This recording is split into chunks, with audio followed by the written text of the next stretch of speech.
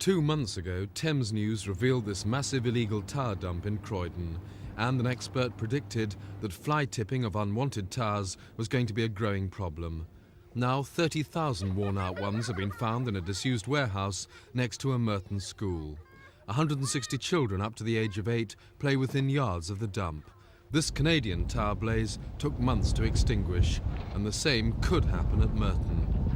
I'm mostly concerned about fumes that might arise if it's set on fire.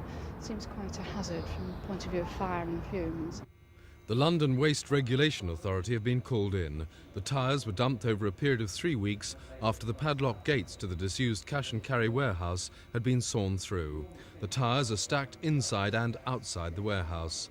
The Waste Authority are tracking down the culprit and will prosecute. The maximum fine is £2,000. How big a problem is this sort of thing now?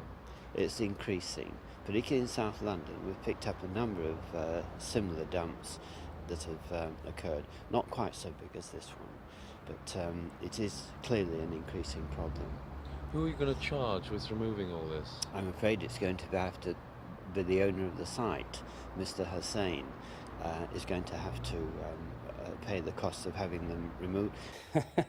It's debatable, really. I mean, what we do next. I'm just trying to come to terms with it, and looking at the amount of tyres that there are, it's going to be a daunting task to try and get them moved off.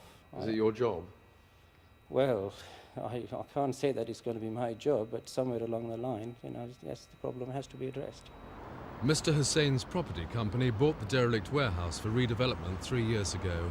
It could cost £6,000 to remove the tyres. Finding a home for worn tyres is a problem nationwide. But South London has more than its share of unscrupulous operators who charge to remove them from garages and then dump them on other people's property. Simon Neve at Merton for Thames News.